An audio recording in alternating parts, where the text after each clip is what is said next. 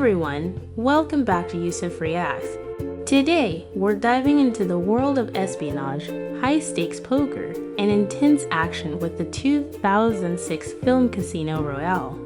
This isn't just any Bond movie, it's the reboot that changed the entire franchise. So grab your martinis, shaken, not stirred, and let's talk about what makes this film so iconic. Right from the start, Casino Royale sets a new tone for the Bond series.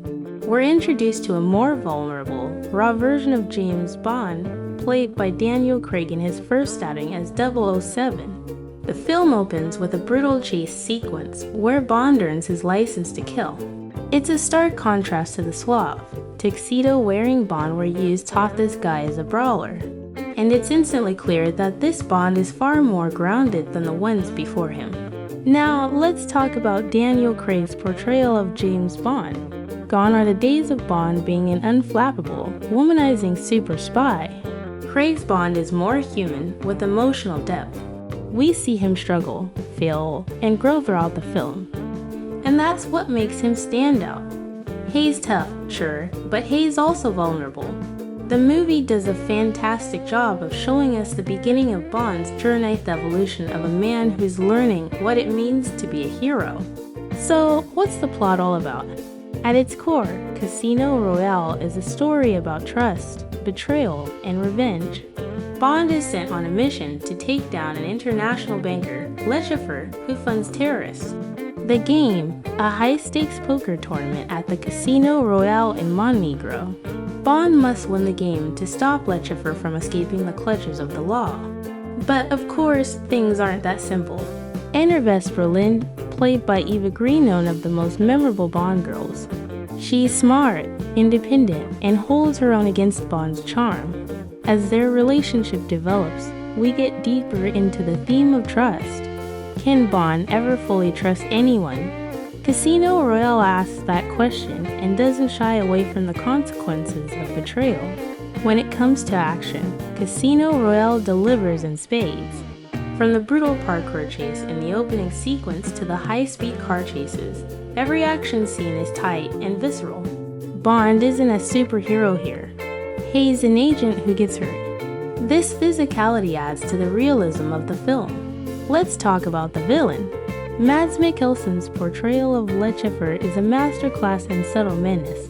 Chiffre isn't your typical Bond villain who's not about world domination. He's a man desperate to protect his money and his life. His torturous methods and cold demeanor make him a genuinely terrifying adversary for Bond. Without giving too much away, the ending of Casino Royale is gut-wrenching. It completely upends the traditional Bond formula and leaves our hero scarred, emotionally and physically. The film's themes of love, trust, and loss resonate deeply, and it's one of the reasons why Casino Royale isn't just another action movie, it's a complex, character-driven story. After earning a license to kill, secret agent James Bond sets out on his first mission as 007. Bond must defeat a private banker funding terrorists in a high-stakes game of poker at Casino Royale in Montenegro. James Bond Daniel Craig goes on his first mission as OO. Chiffre Mads Mikkelsen is a banker to the world's terrorists. He is participating in a poker game at Montenegro where he must win back his money in order to stay safe amongst the terrorist market.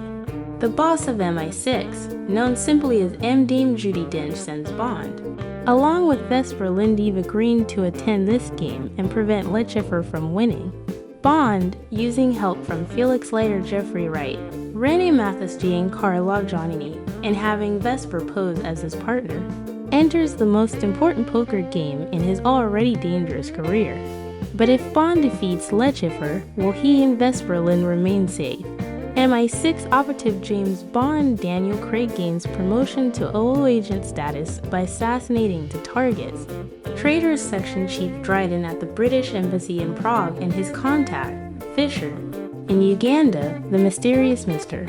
White Jesper Christensen, a liaison for an unnamed criminal organization, introduces Stephen O'Bannon Isaac de Bankel, a high-ranking member of the Lord's Resistance Army, to Chiffre Mads Mikkelsen, a banker who services many of the world's terrorists. He is a mathematical genius and expert chess player and uses these skills when playing poker, an Albanian private banker to terrorists. Albano entrusts Chiffre with a large sum of money to invest, and he wants no risk in the portfolio and a reasonable rate of return. Chiffre subsequently buys put options, which are very risky on aerospace manufacturer Skyfleet, betting on the company's failure given his insider knowledge of a terrorist attack. In Madagascar, Bond pursues bomb maker Malika Sebastian Falcon throughout the town on foot to an embassy where he tries to hide from Bond. Bond recovers Malika's phone, which had the code ellipsis in his SMS folder, killing him and blowing up the building. Chiffre gets the news and is worried that the put options expire in 36 hours. In London, MI6 Chief M. Judi Dench, only cast carryover from the Brosnan films, admonishes Bond for causing an international incident and ignoring her orders to capture Malika alive. Bond tracks the SMS to Bahamas to the Ocean Club. He looks at the security camera tapes and reckons that at the exact time Malika received an SMS, a corrupt Greek official Alex Dimitrios, Simon Abkari, and another contractor in the international terrorist underworld, an associate of Chiffre, he is based in the Bahamas, sent one from his phone. Bond decides to have a closer look at Alex. Using M's account, Bond figures that Alex is connected to Chiffre. After winning his 1964 Aston Martin DB5 in a poker game, Bond seduces his wife Solange Caterina Moreno. That night, Alex meets Chiffre and promises him another bomber to carry out the mission. Bond pursues Dimitrios to Miami, finding this from Solange, and kills him after Alex had planted the bomb and the access codes for the new bomber. Bond then pursues the bomber and thwarts the destruction of Skyfleet's prototype airliner at the Miami airport after, following the bomber through the airport and stopping the fuel tanker that he aimed at the airplane, and ties the bomb to the assassin, and effectively he blows himself up. To recoup his client's lost money losses of $101 Chiffre organizes a high-stakes Texas Hold'em tournament at the Casino Royale in Montenegro. MI6 enters Bond in the tournament, believing a defeat will force Chiffre to seek asylum with the British government in exchange for information on his clients. Bond is paired with Vesper Lynd Green, a British Treasury agent protecting the $10 million buy-in. During their train ride, they assess and make insightful guesses about each other. She is highly insightful and is quickly able to reason that Bond had a good education, but it did not come from money originally, and that he was orphaned at a young age. In Montenegro, they meet their contact Reinvented Giancarlo Giannini. Bond seems to gain the upper hand, deducing Chiffre's tell. Albano ambushes Chiffre during a 1-hour break after playing for 4 hours. Chiffre retires to his suite, where Albano confronts him, but allows him to continue playing to win back the money. Albano's bodyguard spots Bond via the earpiece inside his ear, and Vesper at Chiffre's floor. Bond had followed him, but Bond kills him and Albano both. After comforting a traumatized Vesper, Bond loses his stake. Because Chiffre has been tipped off about his own tell, seemed like he had invented his own tell to defeat his opponents at the right hand. Vesper refuses to cover the $5 million rebuy, but fellow player Felix Leiter Jeffrey Wright, a CIA agent, agrees to stake Bond after he stops Bond from assassinating Chiffre in public. Enough money to continue in exchange for taking Chiffre into American custody. Chiffre's lover Valenka von Milicevic poisons Bond's martini with digitalis.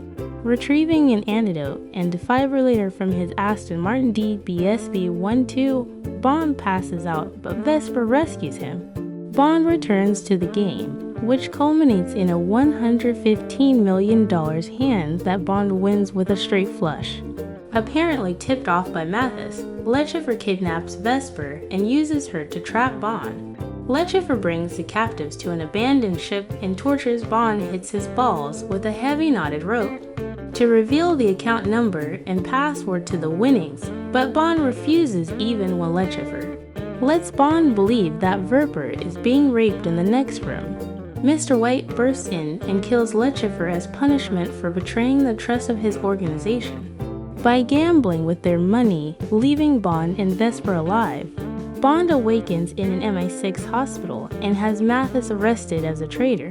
After transferring the winnings back to the British government overseen by Vesper, who had entered the account number, Bond spends time recovering with Vesper at his side and to fall in love. He resigns from MI6 and they run away to Venice. When M reveals the money was never deposited, Bond realizes Vesper has betrayed him and follows her as she withdraws the money from her own account to which she had transferred the funds. He follows her to a handoff of the money, where gunmen take her captive as soon as they spot him. Bond shoots the building's flotation devices, causing the foundation to sink into the Grand Canal. He kills the gunman, but Vesper is imprisoned in an elevator plunging into the rising water. Seeing Bond wishes to rescue her, she locks the door, indicating he should save himself. Bond is unable to free Vesper before she drowns. Mr. White escapes with the money.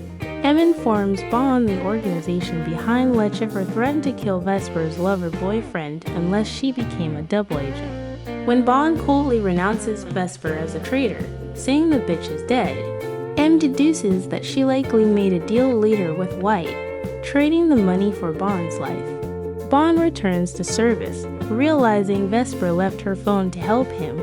He checks the contacts and locates Mr. White at an estate in Lake Como.